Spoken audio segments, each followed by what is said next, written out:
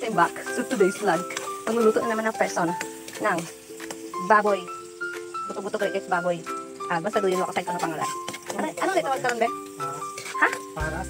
Baboy na ron? Bukod akong ginagaha. Alin yun eh? Ano? Pochero balik guys. So doon lang kita pochero. Okay.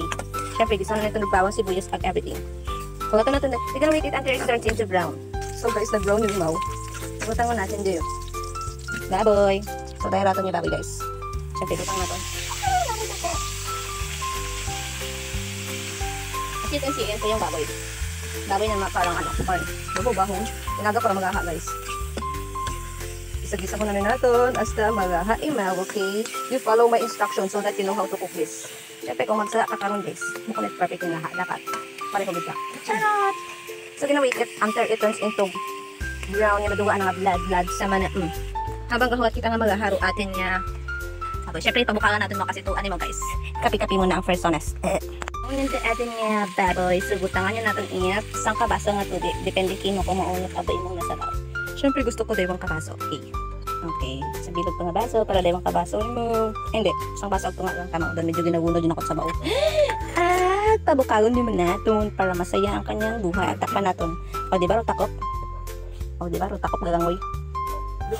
So, hindi pagtakpan eh. Galangoy rotakop. Bye. So guys, taron ng gabukawan emaw. So butangan nyo natin it asin nga makarakilitsar.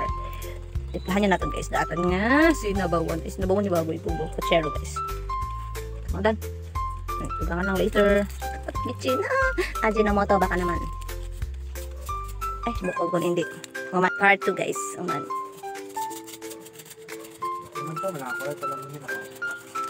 Quiet na out. Okay yun dan guys. Syempre haluon natin gamit do horn. Ayan ang ating mga ka-horn-horn guys. Pwede natin sa baw. Siyempre lasang asin yun doon. Sure what?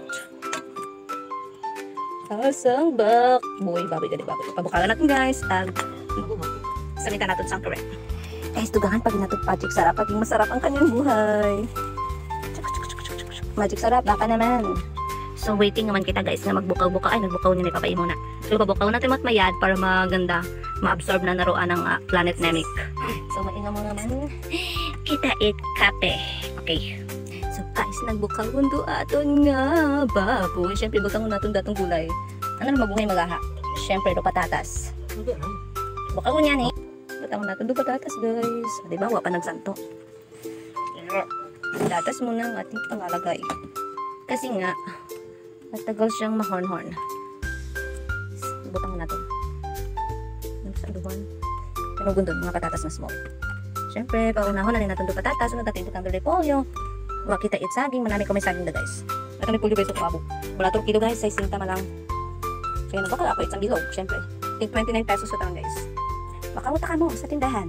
Pero siyempre, topic dito. Okay? So, tubukaw natin, pumuko natin doon patatas. Okay, bye. Next is the repolyo. Ating last recipe ay ang repolyo. Siyempre, butang natin ni ma'am. Yummy. Yummy. Shoot. Wato din. Shoot. Basta sa. Butang natin bilog. Shoot.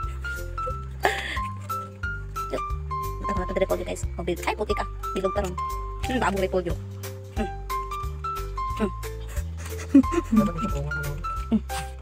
Ubus dun. Mountain. Mapuchero nga po. Okay, tapos yun.